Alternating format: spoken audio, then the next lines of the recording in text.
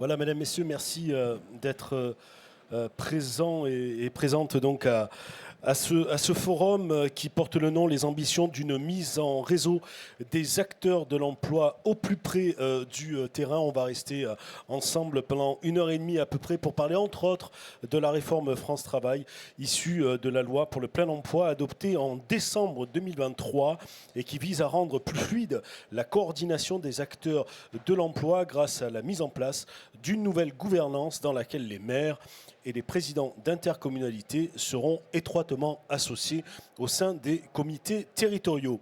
L'objectif de la réforme est de favoriser le retour à l'emploi des publics les plus éloignés. Des dispositifs existent déjà dans ce domaine, portés par les communes, comme les cités de l'emploi, les maisons de l'emploi, les PLI, des programmes locaux d'insertion par l'emploi, ou encore territoire zéro chômeur de longue durée. Comment cette réforme va-t-elle les intégrer? Comment les maires et les présidents des EPCI vont-ils y être associés? Ce sont les questions qui traverseront donc cette discussion. Je vous présente le co-président de ce forum, tout aussi coprésident d'ailleurs du groupe de travail emploi et insertion à l'AMF, à savoir Mohamed Gnabali, maire de l'île Saint-Denis. Mohamed, vous allez peut-être me rejoindre à un moment ou un autre sur cette scène. Voilà, hein, on y va tout de suite. Bon, voilà, très bien.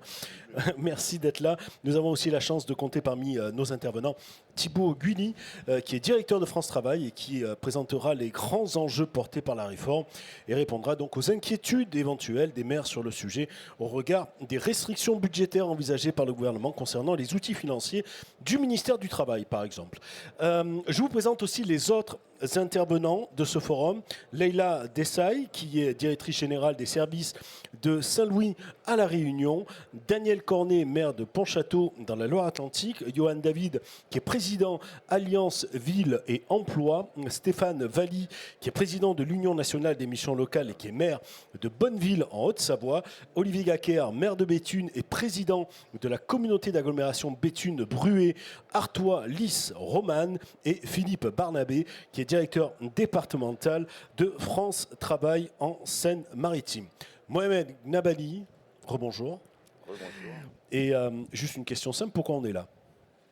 Pourquoi on est là? Ça commence mal si mon micro ne marche pas. S'il marche, t'inquiète. Il marche, c'est bon? Très bien. Écoutez, moi je suis vice-président de l'Association des maires de France depuis plus de 8 ans et je travaille sur les questions de l'emploi depuis très très longtemps.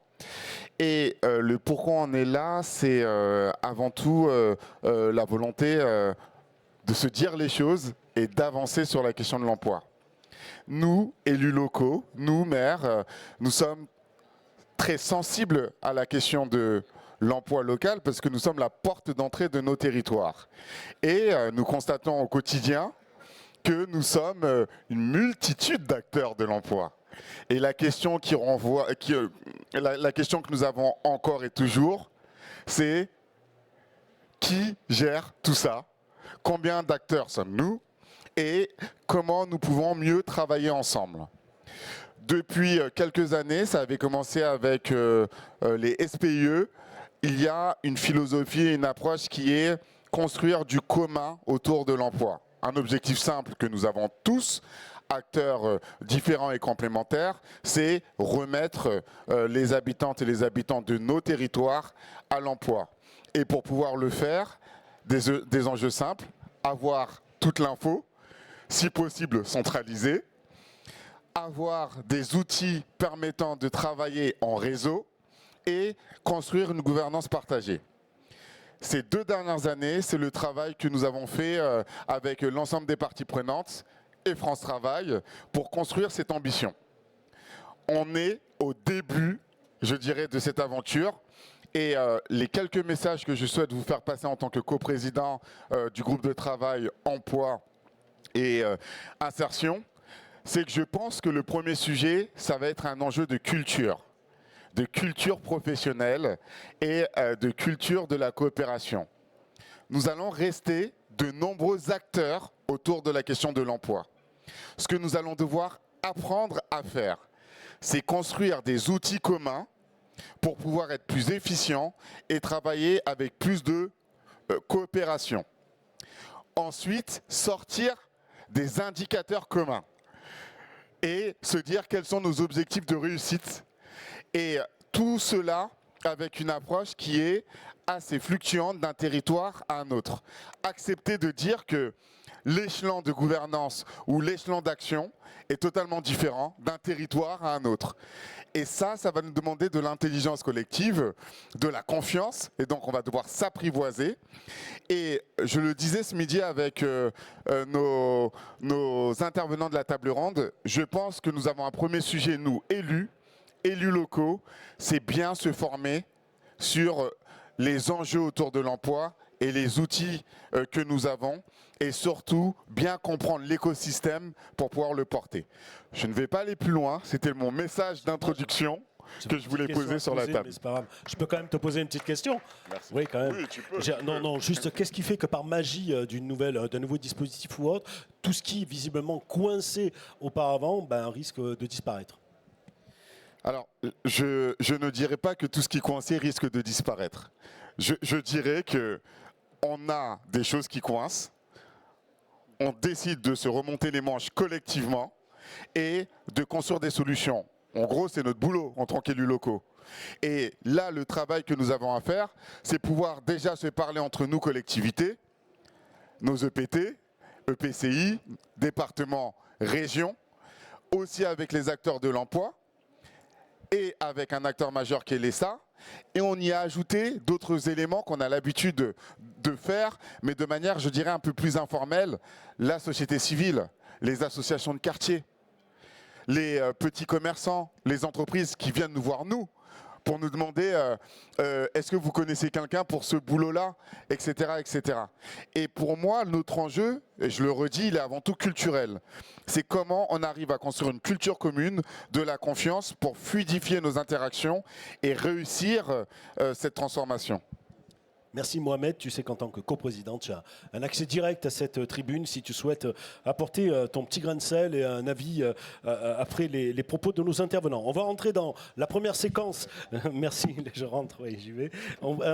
La première séquence donc, de ce forum qui en compte deux, je vous les ai présentés. La première, c'est un bloc communal déjà engagé sur le front de l'emploi. Les maires font, comme vous le savez, dans la fine dentelle pour favoriser le retour des publics les plus éloignés de l'emploi en lien avec le tissu économique et associatif local, cité de l'emploi, expérimentation territoire, zéro chômeur de longue durée, maison de l'emploi, plans locaux pour l'insertion et l'emploi. Nous allons en parler avec certains d'entre eux. Johan David, vous êtes là, merci de me rejoindre à votre tour. Vous êtes donc un ancien adjoint sur ces questions-là à Bordeaux, et aujourd'hui vous êtes un des membres de l'association Alliance Ville et Emploi qui réunit 200 élus locaux engagés justement dans des démarches d'insertion. Peut-être un petit portrait rapide de cette association et de son rôle. C'est une structure qui va réunir les outils territoriaux des élus en charge de l'emploi. Les missions locales ont l'UNML, et lorsque vous avez des dispositifs de clause d'insertion, de pli, de maison de l'emploi, vous avez une tête de réseau qui va fédérer les élus et les techniciens. Donc sur la partie du Fonds social européen qui monte en jeu pour demain, parce qu'on est membre du comité de suivi, on va pouvoir répondre à des questions techniques et qui sont extrêmement nombreuses et importantes, mais surtout le reste, on va pouvoir travailler, partager des expériences, partager des dynamiques. Et ne pas oublier, c'est ce qu'on se rappelait tous ce matin, c'est que beaucoup de dispositifs sont nés par l'initiative des élus locaux. La clause d'insertion est née dans l'Est, les plis sont nés à Lille, et c'est l'État qui a accompagné ces dispositifs en leur donnant une structuration, parfois un peu de budget. Le contexte n'est pas favorable, on ne va pas se mentir. Là aussi, c'est notre rôle. On a quelques auditions au Sénat en ce moment pour mettre des amendements, mais je crois que tout le monde est un petit peu sur ce sujet-là, pour justement sécuriser les dispositifs, les fonctionnements, pour permettre aux élus locaux qui, dans leur rôle est de répondre, quand on est élu au quotidien, aux situations, qu'elles soient d'une entreprise, qu'elles soient de famille, qu'elles soient de quartier, qu'elles soient de développement, qu'elles soient de perte d'activité, de pouvoir monter des actions concrètes et de pouvoir que ces actions concrètes accompagnent les publics vers l'emploi ou les réaccélèrent. Et ce qui marche depuis très longtemps, et ce que la loi veut un peu généraliser, c'est quand on est tous ensemble, on est juste que bien meilleur. Justement, on va passer en revue, si vous l'acceptez. Monsieur David, justement, ces innovations qui viennent du local, vous parlez de la clause sociale d'insertion. Où en est-on aujourd'hui? Est-ce qu'elle est en forme, d'une certaine manière? Est-ce qu'elle est bien appliquée? C'est une loi, bien entendu. Et est-ce qu'elle mérite d'être redopée d'une certaine manière? Alors moi, la clause d'insertion, je suis tombé dedans en 2008. Le maire de l'époque, Alain Juppé, me dit « Johan, il faudrait s'en occuper. À l'époque nationale, il y avait 1 million d'heures réalisées par an. Et l'année dernière, il y a eu 30 millions d'heures. » Donc c'est juste le gap. Et l'État s'est structuré. Et Thibaut Guilly, avant ses fonctions de directeur général, était haut commissaire à l'emploi. Il avait déjà été très imaginatif. Et donc on a vu des budgets pour financer des facilitateurs et des facilitatrices. Il y en a 660 en France qui sont portés dans tous les territoires. Et là aussi, le rôle d'Alliance Ville Emploi, ça va être d'aider les services et les marchés. Mais maintenant, on développe ça dans les entreprises privées pour permettre à des marchés de pouvoir créer du parcours de clause d'insertion. Mais surtout, nous, notre rôle, c'est un peu technique, mais la clause d'insertion ou le parcours, c'est comme un train et votre marché, il va être à un des wagons. Et nous, on va trouver tous les autres wagons avec tous les acteurs du territoire pour que la personne puisse avoir ses heures, son titre professionnel, sa qualification, rentrer dans le métier, féminiser, ne pas faire que du BTP et être sur tous les éléments. Et ça se développe énormément. Et donc, c'est beaucoup de situations. Et derrière la clause d'insertion, vous faites un réseau de chaleur. C'est la dernière d'hier sur Alliance Ville Emploi. Vous construisez un réseau de chaleur. Vous êtes dans vos logiques d'aménagement. Et puis, vous mettez la clause d'insertion. Vous allez donner du sens dans le quartier. Vous allez donner du sens dans la professionnalisation. Et ce sont des métiers en tension. Donc, derrière, vous allez régler par une bonne idée, en plus, une partie de chômage. Et toujours, avec tout le monde, sinon ça ne marche pas. Bien sûr. Donc retrouver le chemin de l'emploi, ça suppose aussi une action forte au niveau local pour lever un certain nombre de freins périphériques. Ah oui, voilà, logement, mobilité, crèche, etc. Donc là aussi, il faut avoir cette vision panoramique. Alors, la vision panoramique de la ville, c'est pas, moi je ne veux pas la résumer en disant j'ai 2 places de crèche, je les mets à disposition. La vision de la ville, ça va être de dire moi j'ai des analyses, j'ai des contacts avec les habitants par mon CCAS, par ma direction sociale urbaine, par mon DVECO, par mes entrées. Et puis il y a tous les acteurs. Il y a France Travail quand même qui est le numéro 1, qui peut aussi dire voilà les freins et comment nous on peut ensemble trouver les solutions. Ensemble, accompagner vers le bon parcours. Parce que moi j'ai été vice-président de CCAS, la gestion des SDF, on sait que c'est bien plus compliqué que simplement un logement. Mais c'est pareil pour là aussi. Il ne faut pas simplement que la place de crèche soit la solution, il faut que ça soit accompagné et bien porté. C'est de la dentelle, et c'est vrai que quand ça part du territoire le plus proche, et qu'en plus on peut le structurer et l'organiser, comme on se l'est dit, pour aussi le mesurer, le rendre quantifiable, eh bien, ça permet d'être efficace. Et puis ça permet peut-être d'illustrer, c'est ce qu'on fait à AVE, c'est qu'on va aussi discuter avec d'autres élus qui ont envie de se nourrir d'expérience. Moi, quand j'ai débuté, je suis allé dans la ville d'à côté, qui était très forte sur les clauses d'insertion, qui m'a tout expliqué. J'aurais tout piqué, j'ai tout fait pareil. Très bien. Donc, cette approche holistique, donc transverse, est-ce que la réforme France Travail peut justement permettre de relever ce défi ? Alors nous, ce qu'on disait, c'est que nos acteurs, alors dans la réforme France Travail, c'est la loi plein emploi qui crée un certain nombre de dispositifs. Et nous, on est gourmands que enfin, partout, il y ait tout le monde autour de la table, dans une maison de l'emploi, dans un pli, dans certaines communes, c'est déjà le cas. Mais là, c'est l'institutionnaliser. Et pour moi, c'est aussi la reconnaissance de l'État, du rôle des élus locaux. Les élus locaux, avec leurs mandats, que ce soit communaux, différents niveaux de strates, ont un rôle très important. Et là, ils ont un rôle, vu qu'ils vont coprésider ce dispositif.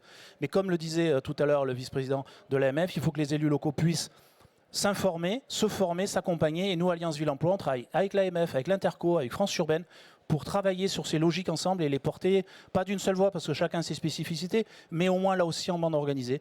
Et il faut quand même dire aussi que cette réforme, il y a aussi une transformation interne à France Travail, on peut le voir dans les échanges, dans les discussions de nos dispositifs, tant au niveau local qu'au niveau national, qui est extrêmement forte et qui est aussi une belle opportunité. Eh ben, super, merci beaucoup Johan David. Vous êtes bien sûr aussi le bienvenu pour revenir à cette table et pour prolonger les débats lorsque vous le souhaitez. On va justement aller dans d'autres territoires pour découvrir des expériences qui ont lieu et qui ont performé avec Laïla Dessaï qui va nous rejoindre, qui est DGS de Saint-Louis à La Réunion.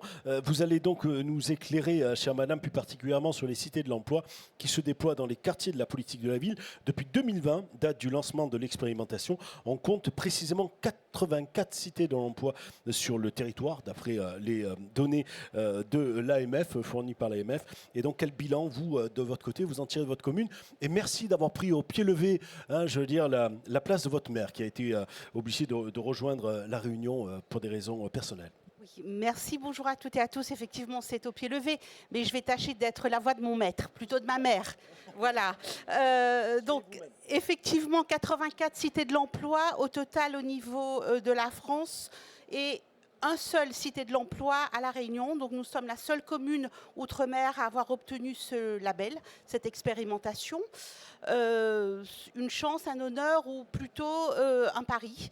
Ça n'est pas le fruit du hasard, c'est aussi le produit de beaucoup d'échanges nourris avec les services de l'État, avec le préfet, le sous-préfet. Échanges nourris et constants sur la problématique qui est la nôtre. La Réunion, Saint-Louis particulièrement, notre commune, c'est une des communes les plus pauvres de France. Nous avons 46,2% de taux de chômage dans notre commune. Nous, 46,2%. Le taux moyen à La Réunion, il est de 29%. Chez nous, à Saint-Louis, c'est 46,2%. Plus d'un tiers de la population qui est en quartier politique de la ville. 33% de familles monoparentales. Enfin, voilà, des conditions de fragilité socio-économique très dégradées. Donc, nous sommes très volontaristes, certains diraient très boulimiques pour aller chercher les leviers. Et bien, les leviers, c'est ce dont disposent les maires pour essayer de faire des choses au plus près, en proximité, pour ces publics les plus défavorisés. La Cité de l'Emploi, du coup, on a sauté à pieds joints quand le sous-préfet nous l'avait proposé. Aujourd'hui, on est à l'heure du bilan. Et ben, normalement, quand on fait des bilans, on parle chiffres. Donc, je vais vous en donner. Mais j'ai envie de vous dire qu'un des grands enseignements que l'on a tiré de la Cité de l'Emploi, c'est dans la façon de faire. Tout à l'heure, Monsieur le Président parlait de gouvernance, de s'apprivoiser, de faire ensemble. Et ben, quand on rentre dans ce type de dispositif contractualisé, de l'intérieur, moi qui suis DGS, j'ai dû révolutionner la manière de faire et de coopérer par les services. Les faire sortir du travail et du mode d'action tuyau d'orgue pour aller plutôt vers une façon de faire dans le cadre d'une vision systémique. On crée un impact sur un territoire pour un public et on fait toutes thématiques confondues. C'est la question de l'effet domino. Voilà, on essaye d'embrasser toutes les problématiques et c'est ça qui marche. Donc on a dû nous revoir notre organigramme par exemple pour créer une véritable direction de la cohésion territoriale qui regroupait tous les dispositifs de la politique de la ville. On a revu nos comitologies pour impliquer les élus de quartier, les élus thématiques sectoriels qui viennent bosser sur les problématiques emploi à l'échelle des quartiers. On a revu également nos instances partenariales. En fait, voilà, on a revu un peu notre façon de fonctionner. Ça, c'était le premier enseignement. Les autres données du bilan, elles sont un peu chiffrées, effectivement. La Cité de l'Emploi nous a ramené 100 000 € par an de la part de l'ANCT. La première année, la commune a mis 20 000 €. En 2024, nous avons mis plus de 70 000 € pour vous dire qu'on a accru également notre participation. À quoi sert cet argent donc? Cet argent, ça vous permet d'avoir de l'ingénierie, c'est la première chose. Un dispositif, pour qu'il fonctionne, il faut qu'il y ait des femmes et des hommes qui puissent le porter, l'animer, le faire vivre. Donc on n'a pas d'ingénierie, on peut avoir tous les sous que l'on veut, ça ne marche pas. Et l'argent, il dort parce qu'on ne sait pas l'utiliser. Donc on a recruté des conseillers d'insertion professionnelle, on a recruté des adultes relais, on a recruté des ambassadeurs de quartier, on a optimisé les financements pour être dans les maisons de quartier avec le contrat de ville au plus proche de l'habitant. C'était vraiment le aller vers. Et ça nous a permis aussi de financer des actions, des actions classiques, des actions qui viennent être complémentaires avec ce que le droit commun nous apporte, des actions pour décomplexer les publics les plus éloignés de l'emploi. En fait, on a allé capter les gens qui sont en dehors de tous les radars, ceux qui ne sont sur aucun listique, qui ne sont ni à la mission locale, ni au pôle emploi, qui sont nulle part. Donc ces gens-là, avec le travail de proximité, on est allé les chercher dans la rue. On les a ramenés, on les a mis dans nos bases de données, on les a orientés et on a fait des actions très simples de retour de la confiance en soi, des choses très ludiques, le CV musical par exemple, les ateliers numériques, des ateliers de cuisine avec les JO.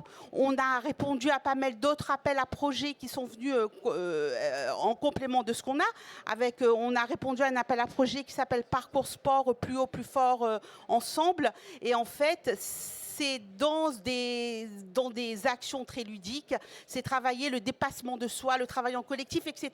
Tout ça pour au final être prêt pour un entretien d'emploi. Enfin, je peux vous en parler pendant des heures. Non, mais c'est génial, bravo. Je veux dire, tant mieux, il faudrait qu'on élargisse un peu d'ailleurs les horaires et l'amplitude horaire de ces forums-là. Au-delà de ça, est-ce que quand on parle d'une meilleure gouvernance qui est portée par la réforme France Travail, est-ce que vous, sur le terrain, vous pensez qu'effectivement, à plusieurs, vous serez plus fort ? On est déjà, en fait, on est un caillou, La Réunion, on est un petit territoire. Oui, on donc peut pas se louper, quoi, la donc. gouvernance partagée, on l'a déjà. Les façons de faire ensemble, en fait, on a un seul objectif, une seule envie. Je veux dire, le préfet, les présidents d'interco, le maire, le président de département, de région, eux, ils ont un objectif commun sur l'emploi. Donc on a déjà cette culture du faire ensemble. Moi, ma crainte, enfin celle de Madame le maire que je représente, c'est sur une question de sémantique. Dans la réforme de la loi, on parle du plein emploi. Le plein emploi, dans un territoire aussi fragilisé que le nôtre, ça crée de l'espérance chez quelqu'un, ça crée de l'espérance chez un jeune. Quand un maire lui dit, voilà, il y a la réforme qui va arriver avec la loi plein emploi, le jeune, il s'attend à quoi? Qu'il y a un emploi pour tout le monde.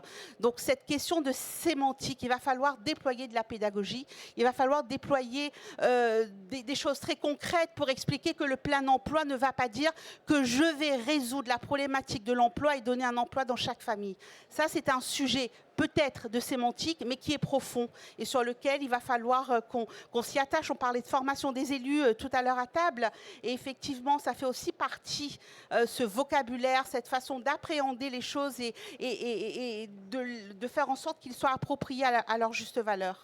Merci en tout cas pour ce premier témoignage, Leïla Dessaï, donc DGS de Saint-Louis à La Réunion. On va poursuivre justement l'exploration de tous ces dispositifs avec Daniel Cornet, qui est maire de Pontchâteau dans la Loire-Atlantique.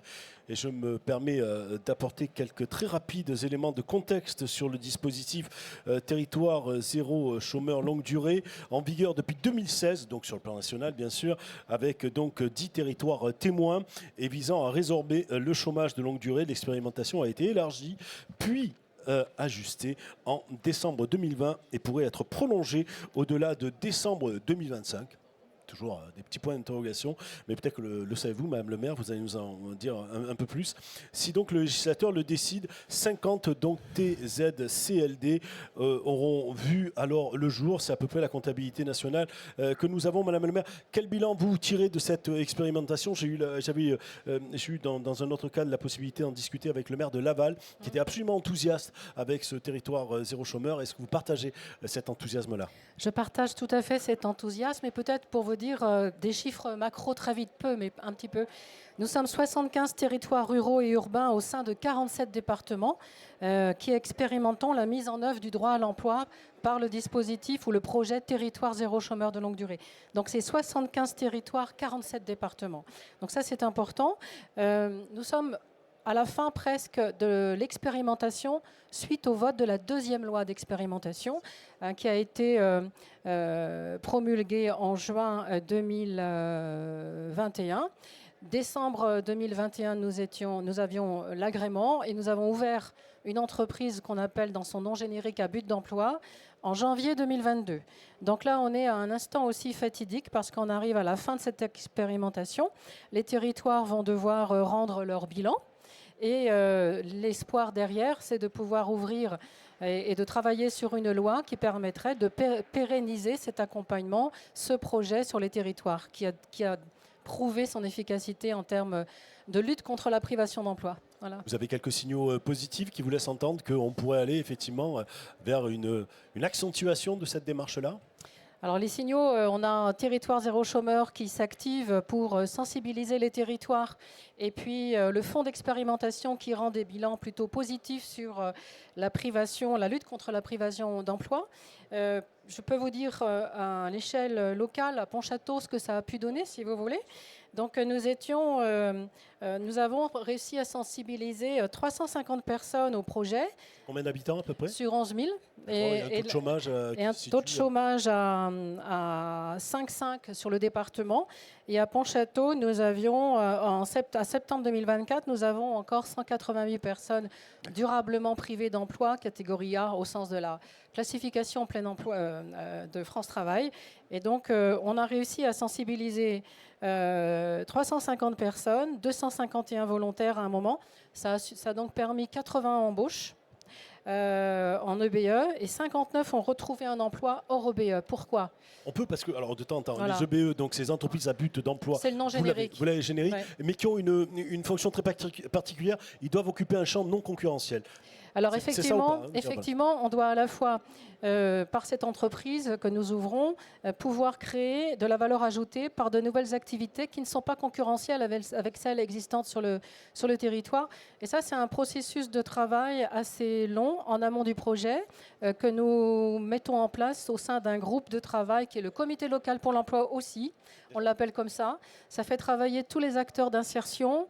Les entreprises sont associées, la communauté de communes, le département bien sûr qui soutient et la commune. Et là, on identifie les besoins qui seraient non couverts sur le territoire pour en faire une activité Par exemple, rémunératrice. un besoin non couvert. Eh bien, on est sur le réemploi pour nous. On a donc participé, par exemple, avec la commune, avec le syndicat mixte Nord-Atlantique, à la fabrication de composteurs à partir de réemploi de palettes de bois, par exemple. Et donc, nous sommes là en capacité de produire ces composteurs pour alimenter des communautés de communes. On fait du réemploi aussi via la couture. Et puis, on a essayé aussi de développer du partenariat avec les entreprises économiques locales via la sous-traitance. Et on commence à être reconnu par les entreprises, nos pairs aussi entrepreneurs. Voilà. Quels sont les freins et les avantages de ce dispositif? Et parlez-moi de cet ami là qui vous a mis un peu l'humeur chagrine de la région Pays de la Loire. En fait, les avantages, c'est quand même ce travail collectif que les uns et les autres, dans les précédentes interventions, vous avez relayé. C'est cette interconnaissance que nous avons développée avec les acteurs en charge de l'insertion de l'emploi pour apprendre à travailler ensemble et surtout rassurer par le fait que, par ce consensus de travailler ensemble, que nous ne sommes pas là pour se substituer aux acteurs de l'insertion par l'activité économique. Pas du tout. On est là pour être complémentaires et travailler avec eux. Et c'est ça qui nous rend aussi l'efficacité, qui apporte de l'efficacité, c'est qu'on ne travaille plus en silo. Et l'autre avantage, c'est que les demandeurs d'emploi eux-mêmes sont dans le projet. Donc localement, ça produit quelque chose d'énorme. Je passe d'allocataire du RSA à partenaire dans un même projet, avec tous les acteurs de l'insertion en charge de l'activité, de l'insertion par l'activité économique, qui sont du coup à côté de moi, demandeurs d'emploi. Et ça donne une autre dimension. Ouais. Et donc, non, je parlais de l'ami, mais il ne s'agit pas de personnaliser en quelque sorte une quelconque ni polémique ou quoi que ce soit. Mais vous ne l'avez pas bénéficié de cet ami tout simplement parce qu'il y a des zones de frottement et on considérait que déjà vous aviez tout ce qu'il faut pour agir, quoi, pour aller vite. Peut-être il faut peut-être dissiper ou une ambiguïté. Le territoire zéro chômeur, il est financé sur la contribution au développement de l'emploi. Il est financé sur le financement d'un nouveau poste, de création de postes. Et ça, c'est un point important, alors que, par exemple, le projet O2R, il était là pour apporter des moyens à l'ingénierie, on en parlait tout à l'heure, l'ingénierie qui nous permet de recruter des moyens supplémentaires pour aller chercher ceux qui ne répondent pas aux informations collectives, pour qui c'est déjà une marche trop haute. Et ces publics-là, c'est important d'aller les chercher, parce qu'on a tous sur nos communes des personnes qui sont très marginalisées, pour lesquelles les dispositifs n'ont rien produit. Donc, il ne faut pas confondre ce que Territoire Zéro Chômeur apporte comme financement à la contribution du développement de l'emploi par rapport et à la création de l'emploi supplémentaire par rapport à ces appels à projets, appels à manifestation d'intérêt comme O2R par exemple. Alors on peut saluer le fait que vous avez déjà préfiguré en quelque sorte une organisation territoriale. Oui. La réforme France Travail vise justement à améliorer cette gouvernance. Est-ce que vous craignez, vous appréciez le fait qu'elle existe et qu'elle peut permettre effectivement de rendre encore plus efficace le dispositif que vous portez? Moi, je ne crains pas. Je trouve que ce qu'on a engagé comme démarche sur la commune prouve au contraire que quand on travaille ensemble, eh bien, on identifie. Les maires ont envie d'agir. Donc, ils ont envie d'agir au sein d'un même projet avec les acteurs en charge de l'insertion. Moi, je ne crains pas. Je pense que c'est une opportunité. Nous allons conforter notre implication, y compris dans la nouvelle loi plein emploi. Je suis rassurée sur le fait que nous sommes un acteur identifié par l'expérimentation et que nous serons en tant que tel entendus. Merci Madame le maire, vous avez autre chose à rajouter? N'hésitez pas. Hein, si Eh bien, jamais peut-être pour... Allez-y, voilà. Peut-être dire que pour les nouveaux élus ou pour ceux qui vont créer de nouvelles équipes municipales, soyez curieux, allez voir le stand Territoire zéro chômeur de longue durée. Vous allez y recevoir une information complète parce que peut-être vous aussi, vous cherchez des solutions localement sur comment lutter contre la privation d'emploi. C'était ma première motivation. C'était une source d'injustice incroyable pour moi de voir des personnes en situation de privation d'emploi. Peut-être vous partagez cet état d'esprit. Donc, allez voir le stand Territoire zéro chômeur de longue durée. Peut-être ça va alimenter vos réflexions. Il est où, pardon? Devant l'auditorium. Devant l'auditorium, d'accord. Hein, voilà, sur votre droite. Ok, super. Jeanne Beau vous accueillera avec plaisir et peut-être ça va alimenter vos réflexions sur les nouveaux programmes. Merci pour Voilà. ce témoignage. Et bien entendu, peut-être qu'on vous saisira parce que j'ai oublié de le dire. Merci beaucoup. J'ai oublié de le dire, on a une séquence, donc il y a une deuxième séquence qui va commencer après. Et ensuite, bien entendu, il y aura un temps d'échange d'un quart d'heure avant, à la fin de ce forum. Monsieur le co-président. Un petit. Voilà. Oui, je ne vais pas être très long. Écoutez, moi, j'ai pris beaucoup de plaisir à écouter les différentes interventions. Vous le voyez, on est déjà au boulot. La question de l'emploi, on l'a bien en tête.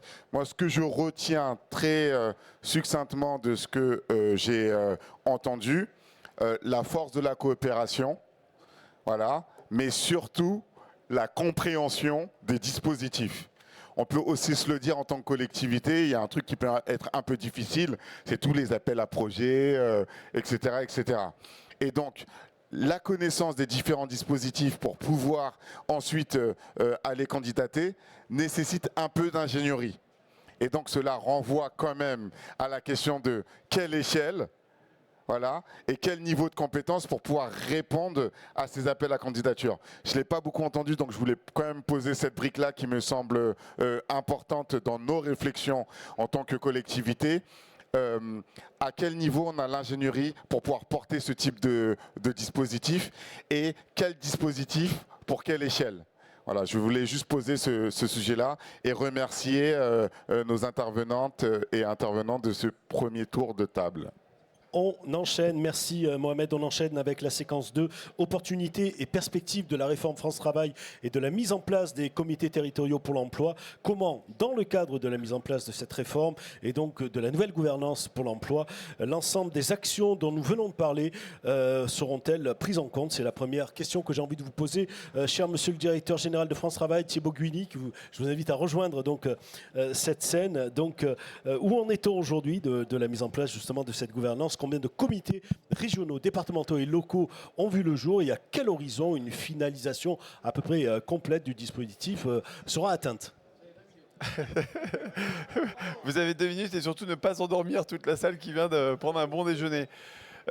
Non, d'abord merci. Puis en plus de ça, c'est pas facile de passer après Mohamed Gnabali parce que je trouve qu'il parle de façon très claire et très précise finalement de tout ce qu'on vient de se raconter. Et merci pour les témoignages en fait qui montrent que d'abord, avant toute chose, heureusement, on part pas de rien. On part d'énormément de choses. Enfin, parce que on réinvente ne réinventons pas l'eau chaude à la lumière de cette réforme. Tout est parti sur la démarche de la réforme France Travail et la mise en place du réseau pour l'emploi. D'une démarche qui a duré quand même un certain nombre de mois, qu'on a conduit ensemble avec une première idée forte qui, moi, chaque jour qui passe ne fait que se consolider, c'est qu'il n'y a rien besoin d'inventer. On habite dans un pays dans lequel, à chaque problème auquel on est confronté, il y a toujours des gens, quelque part, qui ont inventé le bout de solution. Et ça, c'est la première chose, et je pense que ça doit quand même nous animer, parce qu'on est le fruit d'une histoire, on est le fruit d'apprentissage, et c'est sur la base de ces apprentissages qu'après, d'ailleurs, on peut construire. Et moi, par contre, ce que cette invitation de la gouvernance, c'est quoi? C'est parce qu'on a parlé de la coopération là-dessus. Si on se dit les choses, moi j'ai été aussi acteur de terrain pendant une petite vingtaine d'années.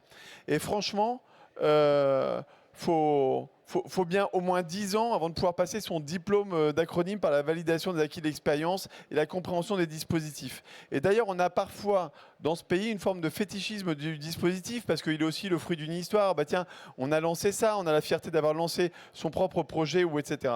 Mais à la fin, qu'est-ce qui fait commun? Parce que quand on parle de gouvernance, c'est une gouvernance d'abord pourquoi? En fait, ce qui nous réunit, et ça a été, je pense, très bien dit et très bien ressenti dans les témoignages aussi, merci à Madame de la Réunion là-dessus, c'est d'abord, on se bat pourquoi? On se lève le matin, ce qui nous donne de l'énergie, c'est comment on peut accompagner la réussite de chacun sur son territoire. Et l'autonomie, la dignité par le travail, par l'activité, c'est quand même la base. La deuxième chose, c'est comment on peut se résoudre, avoir des entreprises qui ont des difficultés à trouver les candidats et qui n'arrivent pas à se développer faute de ça. Donc accompagner la réussite des entreprises, c'est d'abord accompagner les ressources humaines, parce que la force des entreprises, c'est les ressources humaines, c'est les candidats, c'est les talents. Et je suis d'accord avec vous-même. Le plein emploi, moi je me méfie parce que d'un département à un autre, d'un territoire à un autre, les réalités sont très différentes. Mais ce qu'il y a de certain, c'est que, et c'est quand même plutôt une bonne nouvelle, le chômage a baissé de 10 à 7%. Mais même le taux d'emploi, lui, il est passé de 63 à 69%. Derrière ces statistiques un petit peu froides, ça fait qu'il y a quand même une réalité, c'est que les entreprises ont plus de mal à trouver de l'emploi, des candidats, là où on a quand même encore énormément de gens qui ont des difficultés à trouver un emploi. Et ça, c'est extrêmement difficile à vivre pour les personnes qui voient à la télé je recherche et eux ne trouvent pas. Et c'est incompréhensible pour les employeurs, de sorte que ça amène quand même une incompréhension des citoyens. Et c'était la première fois en 2022 que les citoyens, dans la mesure UNEDIC, nous disaient c'est de la faute du chômeur si on ne trouve pas. Bien, en fait, la mise en place du réseau Pôle emploi, c'est de dire c'est de notre responsabilité collective. Parce qu'en fait, notre responsabilité, c'est qu'aujourd'hui, la réalité, c'est qu'on inflige depuis trop longtemps la complexité de nos dispositifs aux demandeurs d'emploi et aux entreprises. Et que l'invitation qu'on a là, c'est de dire, c'est formidable. Moi, je trouve qu'on a de la chance de vivre dans un pays où on a un territoire zéro chômeur et des gens qui se disent, tiens, pour vraiment ceux qui n'y arrivent pas, ils vont avoir un filet de sécurité sociale. Les missions locales, on est, je pense, les seuls, on avait fait un benchmark européen, avoir un réseau jeune comme celui mobilisé. Les élus et les maires qui sont les premiers cœurs battants et qui du coup ont monté d'ailleurs les missions locales essentiellement, mais aussi les maisons de l'emploi, les plis.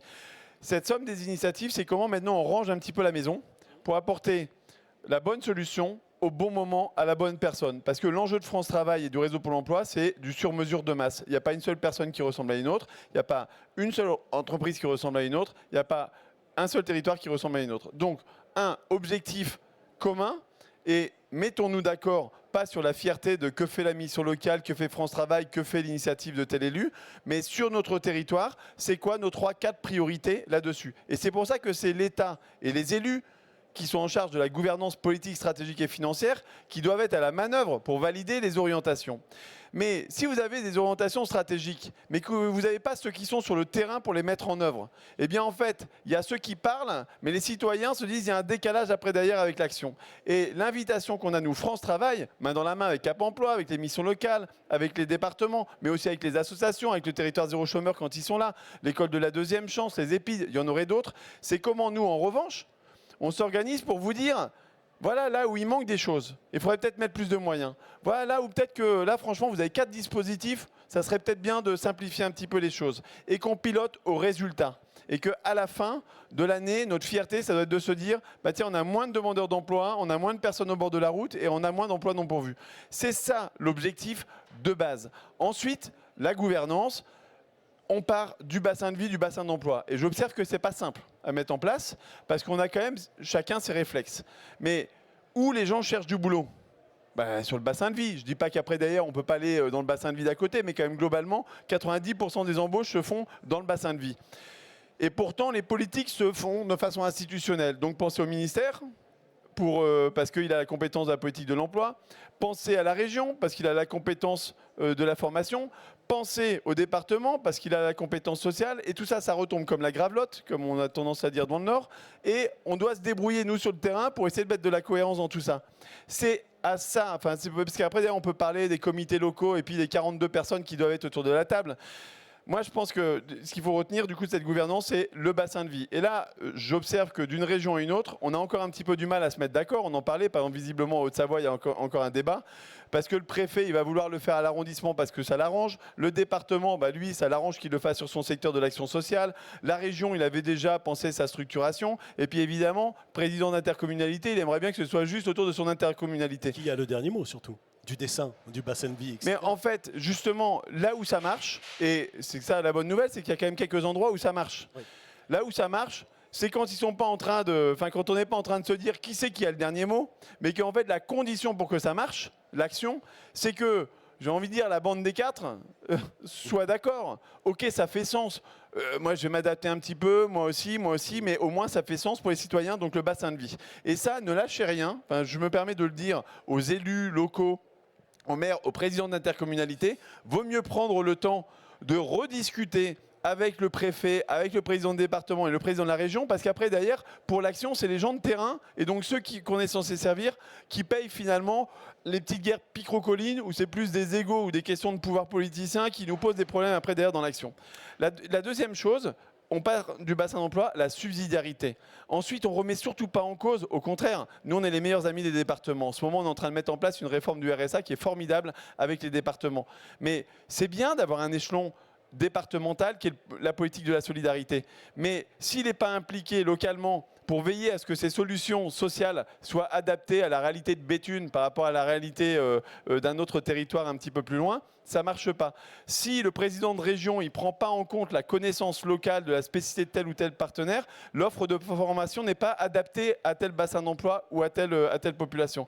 Et cette subsidiarité-là, il faut l'accepter. Et donc, moi, je fais avec le millefeuille territorial dont tout le monde parle parce que ça, moi, je ne peux pas le changer. Et je pense que dans la salle, on n'est pas nombreux à le changer. On peut tous avoir une idée dessus, mais il faut qu'on fasse avec. Et dans le faire avec, du coup, ça suppose de la coopération, des outils, et ça, on est en train de vous en mettre à disposition. On va le voir. Et ensuite, plutôt quelques objectifs très concrets, des victoires. Moi, ce que je rêve, c'est qu'à Béthune, Olivier Gaquer, qui a mis en place en avance de phase son premier comité local, ils ont défini quelques objectifs concret, il en parlera mieux que moi, mais concrètement, tiens, on a besoin de 600 conducteurs de ligne.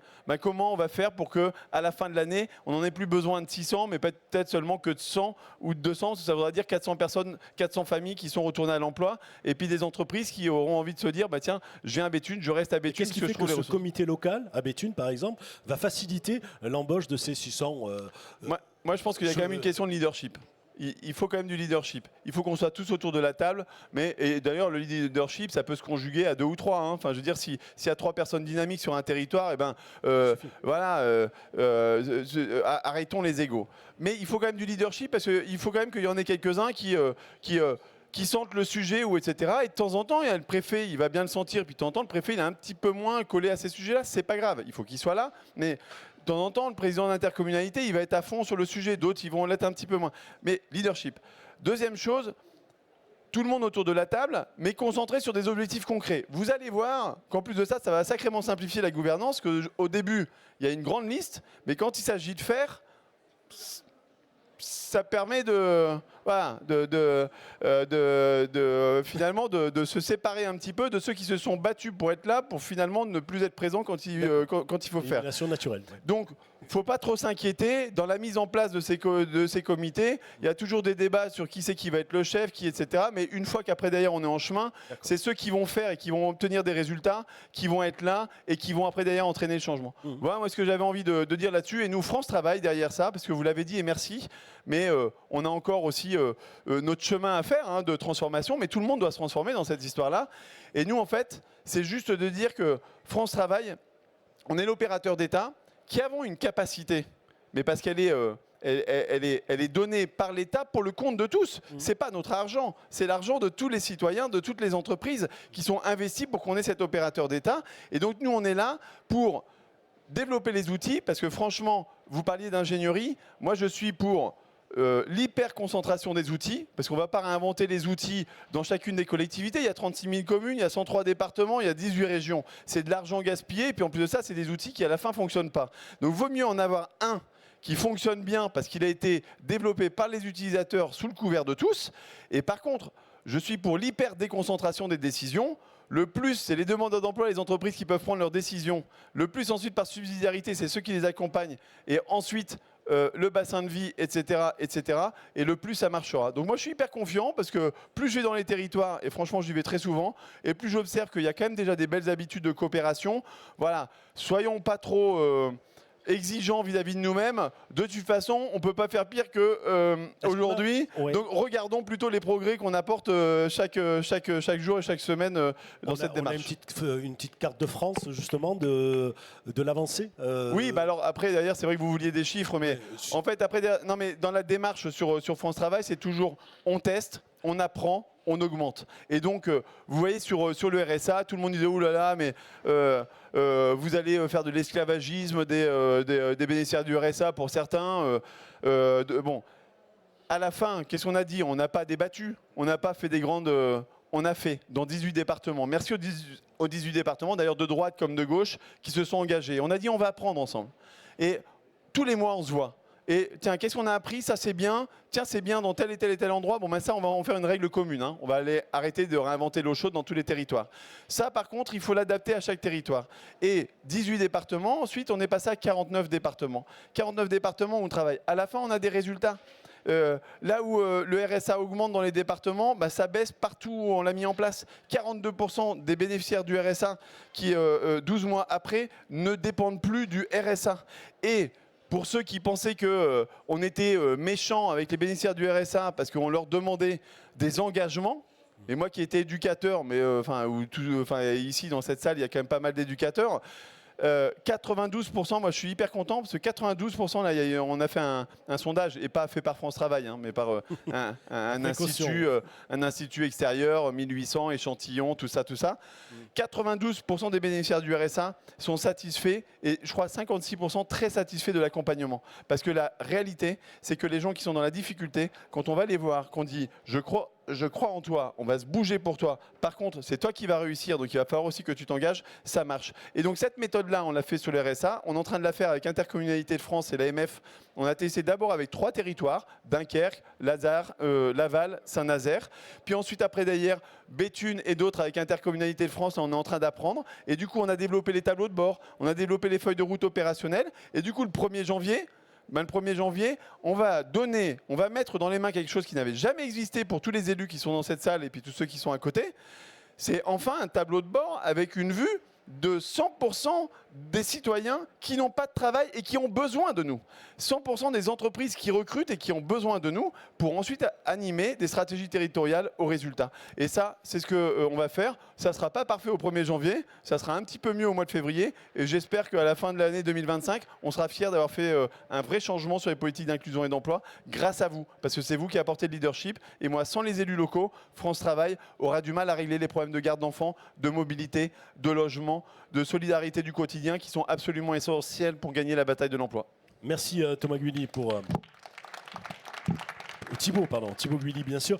Stéphane Bally, maire de Bonneville en Haute-Savoie et donc président de l'Union nationale des missions locales. Je suis sûr que vous avez une réaction après cette intervention. Bonjour. Déjà, je salue tout le monde et je félicite Thibault pour son discours parce qu'en fait, il correspond parfaitement à, je pense, que ce que les élus locaux attendent, l'hyper-déconcentration.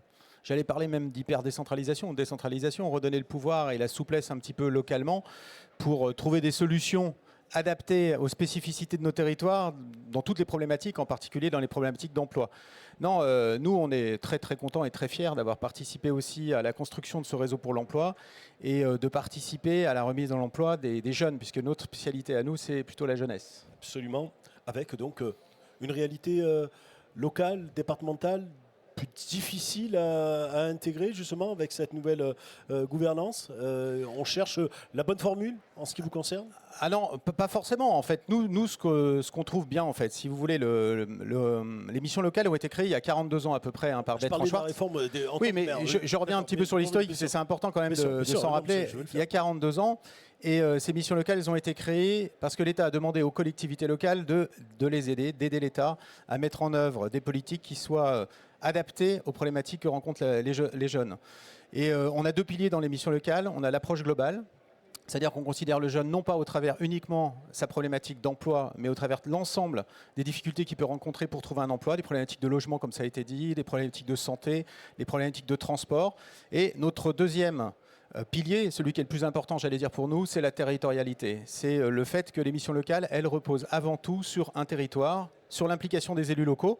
Moi, je suis maire d'une commune, je suis président de ma mission locale parce que chaque président de mission locale, normalement, est un élu local. Et donc, les élus sont impliqués dans la construction des politiques publiques qui visent à trouver des solutions d'insertion sociale et professionnelle aux jeunes. Et c'est ça qui nous importe. Le réseau pour l'emploi va dans ce sens-là. Il a été construit autour d'un certain nombre de niveaux. Il y a le niveau national, le niveau régional, le niveau départemental et infradépartemental. Les élus de chacun des niveaux ont une place à trouver dans ce réseau pour l'emploi. Les départements doivent trouver leur place dans le niveau départemental, dans le niveau infradépartemental. C'est-à-dire sur les bassins d'emploi dont parlait Thibaut Guilly tout à l'heure.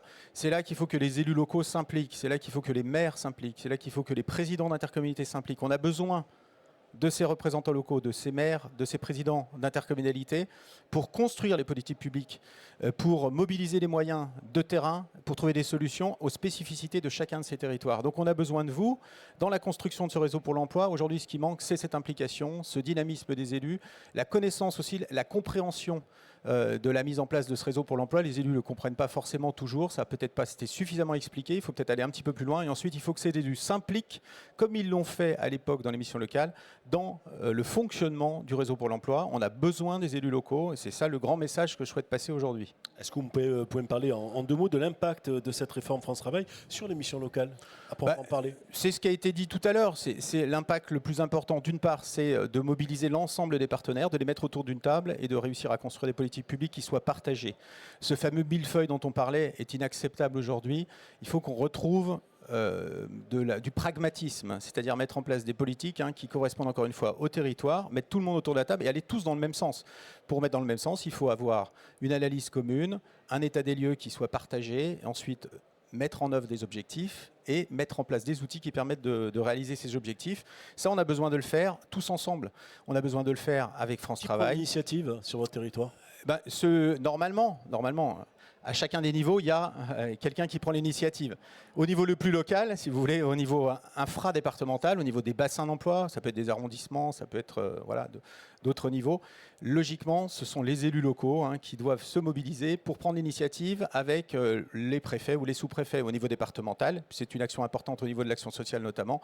Ce sont les présidents des départements et puis les préfets qui doivent prendre l'initiative de réunir tout le monde autour de la table, de faire le constat et l'état des lieux et ensuite de définir des objectifs et de suivre aussi la mise en œuvre des politiques publiques. D'accord, une question que je suis obligé de poser en permanence à tous les maires que je croise sur ce congrès. Est-ce que vous êtes inquiet sur le financement des missions locales à l'avenir compte tenu de...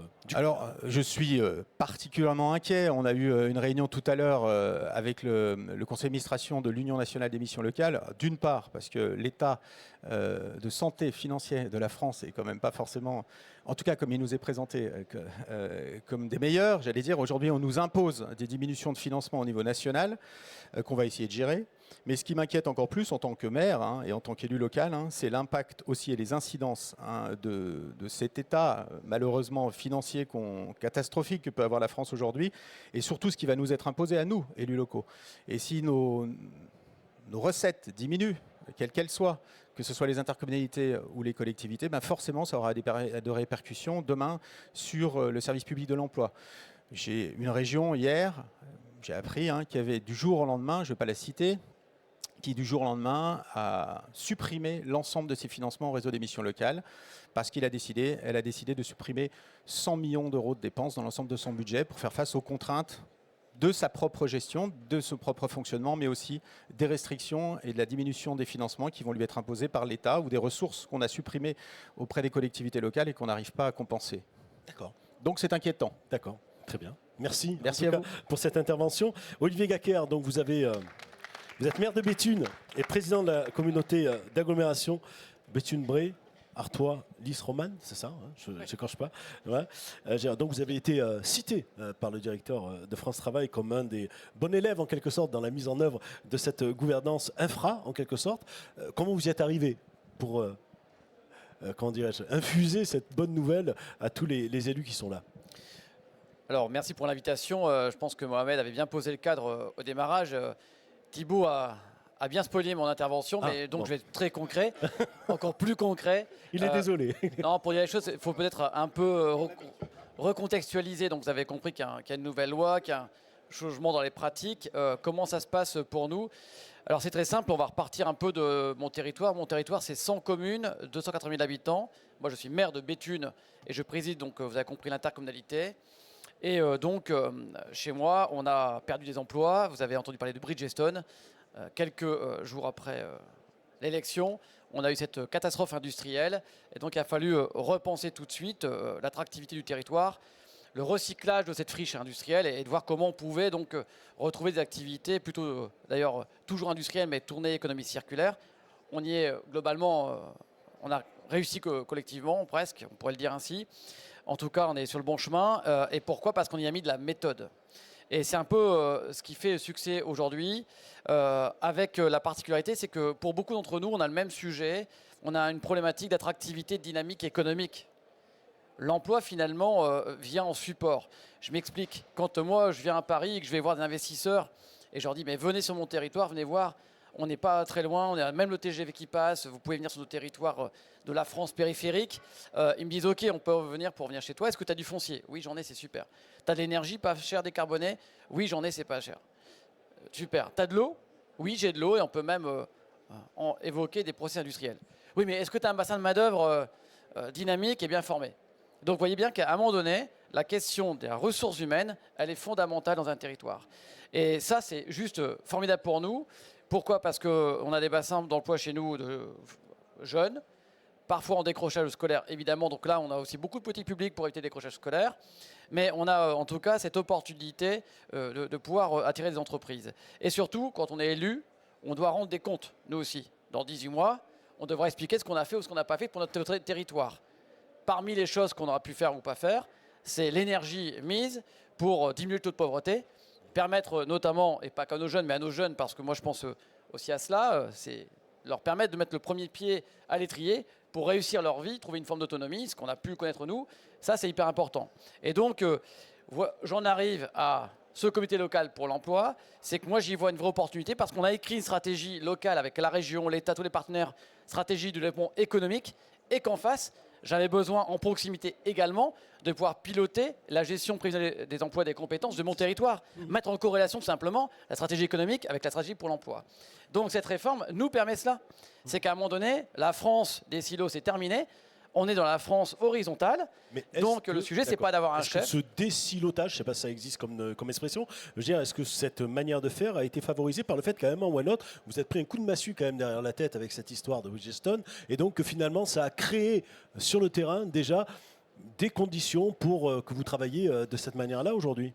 Ce que je veux vous expliquer simplement, c'est que ce qu'on a pu mettre en place intuitivement sur le développement économique se met en place grâce à la loi sur la partie emploi. D'accord. De toute façon, il y a un adage qui dit qu'on reconnaît un arbre à ses fruits, mais en général, les fruits tombent pas loin de l'arbre. Pas loin de l'arbre, ça c'est certain. Donc il faut le faire en local, en fait, c'est ça le vrai sujet. Et il faut que les élus s'engagent sur ces questions-là et le prennent en main. C'est pas la question d'être chef ou pas chef, c'est la question d'être en capacité d'entraîner localement, d'être chef d'orchestre, comme je dis, capitaine d'équipe. On s'en fout, mais il faut qu'à un moment donné, il y ait quelqu'un qui dit « Oh non, c'est plutôt par là qu'il faut aller ». Alors nous, concrètement, comme on a fait, on a réuni tout le monde avant que les décrets sortent, parce que effectivement, des territoires ont été pionniers. Nous, on s'est dit avec les intercommunautés de France, d'autres communes, eh ben nous, on va y aller aussi, allez, on va regarder. Et puis, on a eu un soupçon de méthode. En réalité, on a eu un bagage bien complet amené par France Travail, puisque effectivement, il y a une méthodologie. Et donc, le succès, c'est le périmètre, bassin de vie, notre arrondissement, c'est parfait. Comment il a été dessiné? C'est simple, on s'est appuyé sur notre organisation territoriale déjà existante. On a un arrondissement, on a un sous-préfet, on a un bassin d'emploi, on s'est appuyé dessus, point barre. Le classique. Classique, hop. Donc nous, on s'est arrêté sur le bassin de vie. Deuxièmement, la gouvernance. On a mis tout le monde à la table, on se dit, c'est qui les chefs? C'est ceux qui payent. Bon, donc il y a l'État, il y a la collectivité, il y a la région qui a dit, je te laisse faire. Il y a le département qui nous appuie bien sûr sur l'insertion. Et puis on a dit, on arrête là, et on passe l'étape d'après. C'est quel est le diagnostic et sur quoi on se met d'accord. On avait quand même un objectif de développer le territoire sur le plan économique. Donc c'est la question du chômage et de l'insertion et l'inadéquation aujourd'hui entre les demandeurs d'emploi et les offres d'emploi. Et effectivement, dans nos permanences, quand vous voyez des gens qui nous disent Olivier, t'as pas 15-20 CV à me filer là parce que je trouve personne à employer. Je dis mais t'es fou. Comment est-ce possible? Alors bien sûr, après on s'invective. C'est la faute de France Travail, ils sont nuls. Ah bon? Non, c'est les chômeurs, surtout des feignants. Ouais, non, c'est les élus, ils font rien. Ah bon, ok. Ouais, donc quand on a évacué ça, on se dit non, attends, c'est peut-être un peu plus subtil que ça. Il manque peut-être des tiers de confiance. Et donc le diagnostic partagé nous a permis de dire regardez les gars, en fait, c'est simple. Sur le territoire, il nous manque effectivement. Alors, pas 600 conducteurs de ligne, il manque un peu moins, mais il manque 600 mainteneurs dans la maintenance industrielle. C'est pas mal. Tu as 9% de chômeurs, et puis il manque 600 gars tout de suite. Je ne parle pas de... Et donc ça, on dit, ah oui, d'accord, on n'avait pas ces chiffres-là en tête, nous. OK, et qu'est-ce qui te manque d'autre? Et bien, quand on vient sur le marché de l'emploi, la gestion technique des bâtiments, Ah oui, rénovation thermique, des bâtiments. Bah, il nous manque aujourd'hui 300 personnes dans l'artisanat, etc. Et donc, ça nous a permis très simplement de définir une stratégie, c'est une feuille de route commune. Les formations, pardon, c'est important. Oui. Elles existent, enfin, vous n'avez pas 600 mainteneurs sous la main quand même dans votre. Alors c'est ça l'étape d'après, c'est de dire si on est d'accord sur ce qu'il manque, oui, d'accord. Eh bien, derrière. On se met en route pour le mois de juin l'année prochaine. Il faut moins régler la moitié du problème partout. Non, mais avec les instituts de formation pas loin, enfin, qui sont. Mais ils sont autour de la table. Ils sont autour de la table. Et là, on a dit qui fait quoi maintenant Voilà, le chef, il va être là maintenant. C'est celui qui va faire. Ouais. Je rebondis sur ce qui a été dit. Qui va former si on n'est pas sur le marché du travail? Qui va donc les former? D'accord. Qui va les remettre, donc peut-être leur permettre d'avoir une offre de mobilité, etc. Qui va identifier ceux qui pourraient être tout de suite disponibles? Et c'est comme ça qu'on s'est réparti sur quelques missions, quelques métiers en tension. On est très précis. Conducteur de ligne, maintenance industrielle, gestion technique des bâtiments. Et on est même en train de réfléchir sur le maintien à domicile et les dossiers de vie. Ça, les 4 métiers en tension. Puis viendront d'autres réflexions par la suite sur c'est quoi les emplois sur le territoire dans 2 ans, dans 3 ans, puisque nous avons aussi la Gigafactory chez nous qui est arrivée, et on a des métiers en mutation. Mais là, dans le monde agricole, par exemple, où on sait qu'on va avoir des transmissions d'exploitation, mais ça, on sait qu'on peut préparer des gens à 2 ou 3 ans. Mais à très court terme, c'est une petite victoire, c'est simple. Comment je mets les gens dans l'emploi dans les 6 mois à venir? Ça paraît si simple qu'il y a forcément des difficultés là-dessous. Non, il n'y en a pas, parce que la vérité, c'est que tout le monde est ravi. Parce que les premières réunions, c'est simple.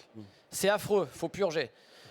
Parce que chacun vient expliquer qu'il fait bien, et que si ça ne marche pas, ce n'est pas de sa faute. D'accord. Mais quand vous expliquez... Mais qui organise ces réunions? Il y a quand même... Alors, concrètement, le sous-préfet. Ouais. Moi, j'ai écrit au préfet pour qu'il puisse prendre les décrets, etc.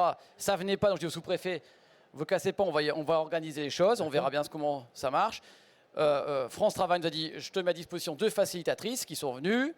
Et puis, voilà, on a mis mais tous c'est les important, acteurs. pardon. Ouais. Les facilitatrices, en l'occurrence. Elles sont venues. Parce que on a mis tous les acteurs qui étaient existants autour de la table, donc mission locale, Cap Emploi, enfin, je vous en passe. Et à partir de là, eh bien, ça a été le diagnostic, ça a été les données chiffrées partagées. Et c'est là les premières tensions où on a senti que chacun voulait défendre son précaré. Oui, mais moi, tu comprends. Oui, mais nous, vous savez, on fait ci, on fait ça. Je dis oui, mais on fait tous bien, mais il y a quand même aujourd'hui, il manque quand même 600 mainteneurs. Voilà. Donc, c'est les 600 pas assez bien. Voilà, ok. Vous voyez, mais ça fédère parce qu'on est là pour les gens au final. On n'est pas là pour dire les uns et les autres qu'on fait bien les choses, taper sur le ventre, puis dans les meilleurs. Le vrai sujet, c'est quand même les lecteurs au bout du bout. Le vrai sujet, c'est l'habitant pour qui on agit. Et même si on n'est pas élu, qu'on est technicien, enfin, ça fait quand même plaisir, ça donne du sens de dire mince, il y a des gens qu'on a pu aider sur le bord du chemin, quoi. Enfin, je trouve qu'on a entendu des témoignages super humains, et on est quand même la France, quoi. C'est le pays des Lumières. Enfin, c'est hyper. Je trouve que ça fédère en tout cas. Très bonnes idées. D'accord. Voilà. Ok, merci pour ce témoignage. Bon courage. Alors on a un webinaire qu'on anime à plusieurs avec France Travail, avec Interco de France. Merci à l'AMF aussi qui nous suit évidemment, puisque c'est maire de France et des intercommunalités. Et puis on a donc France Urbaine qui est à nos côtés également, et avec France Travail, on essaye de partager les expériences qui sont à droite à gauche. Et donc si vous êtes intéressant, on pourra vous donner les dates.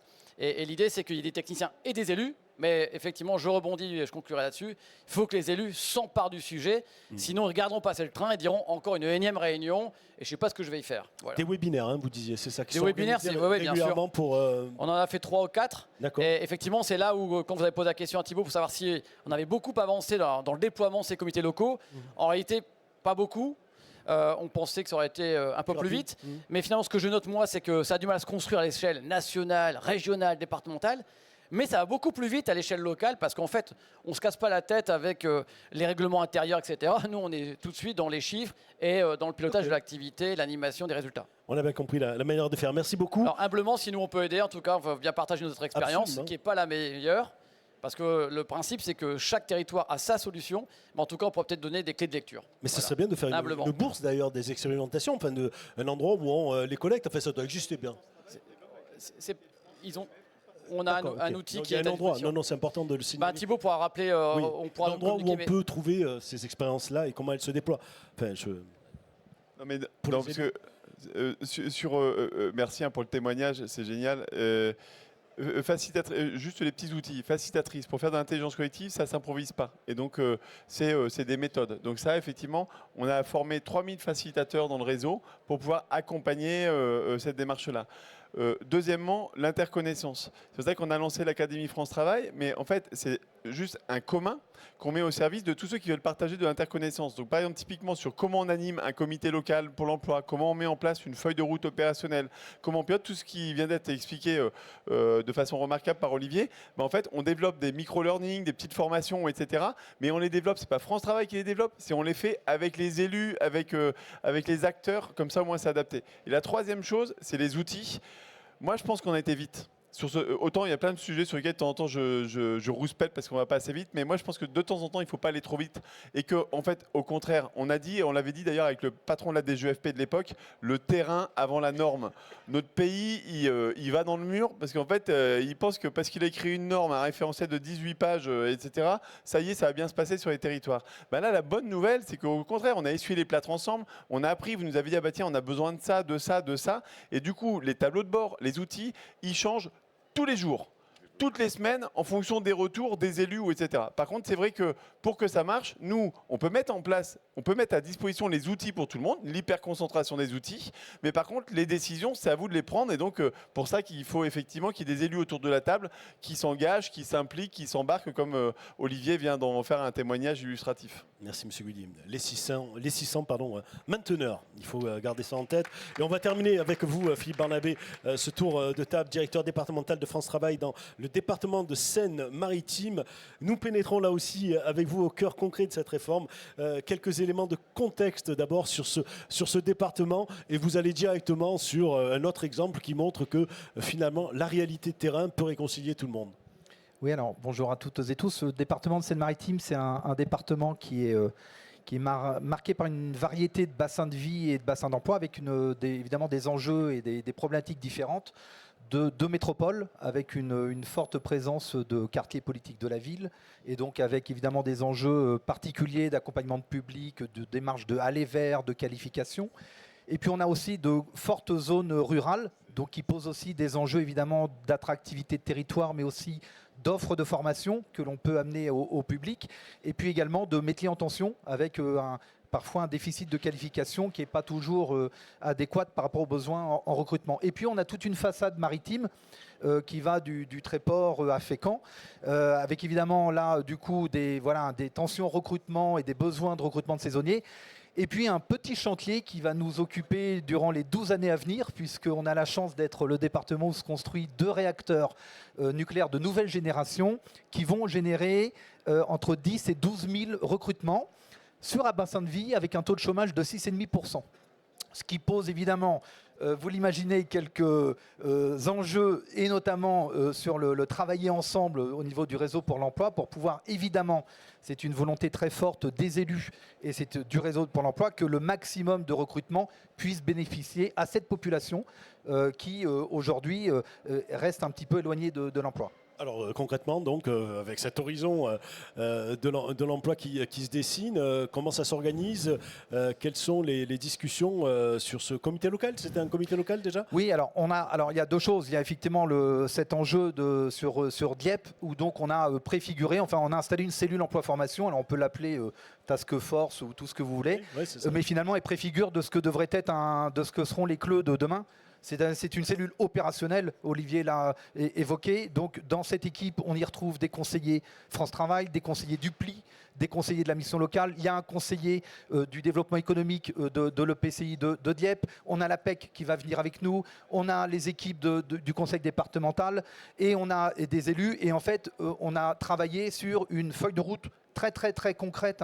On n'est pas du tout sur de l'instance inopérante. Et la feuille de route, qu'est-ce qu'elle dit? Elle dit voilà comment on va y aller pour promouvoir les métiers, voilà comment on va y aller pour aller capter des demandeurs d'emploi dans les quartiers, voilà comment on va former les salariés, voilà comment on va accompagner les recruteurs. Pardon, je repose la question, c'est une marotte, parce que je sais que c'est important, et j'imagine que M. Guigny est d'accord avec moi.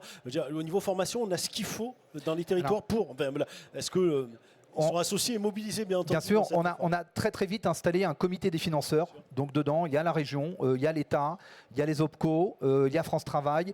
L'idée, c'est évidemment de se coordonner pour l'achat de formation, pour éviter que d'un côté la région y aille de son plan régional, de l'autre, voilà, et pour diluer. Voilà. Donc on est aujourd'hui sur une stratégie commune d'achat de formation pour répondre aux besoins de la filière du nucléaire. Et puis deuxièmement, sur le recrutement, on a visé très vite le fameux dites-le nous une fois.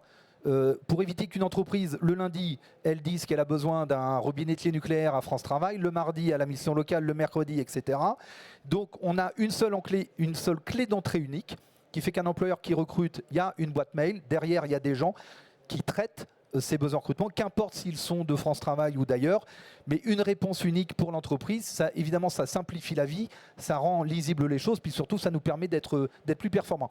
Alors peut-être un mot sur le rôle des élus, parce que j'ai la chance, je considère que c'est une chance évidemment d'avoir un maire de Dieppe avec qui on a acté, et c'est une première, hein, d'aller dans les quartiers avec lui, avec les centres médico-sociaux, avec ses services politiques de la ville, pour aller chercher des profils et chercher des personnes qui aujourd'hui ne sont pas demandeurs d'emploi, mais dont l'objectif est de les ramener vers nous pour que derrière, ils soient pris en charge soit par la mission locale, soit par un Cap Emploi, soit par France Travail. Et donc dès début 2025, on va mener des opérations, et pas simplement au cœur des quartiers, hein, parce que le aller vert, c'est aussi en zone rurale périphérique, pour aller dire, voilà, maintenant on arrive, c'est le réseau pour l'emploi, on est face à vous, et maintenant il faut venir. Et derrière, c'est peut-être un CCS qui va à un moment donné déclencher la rencontre.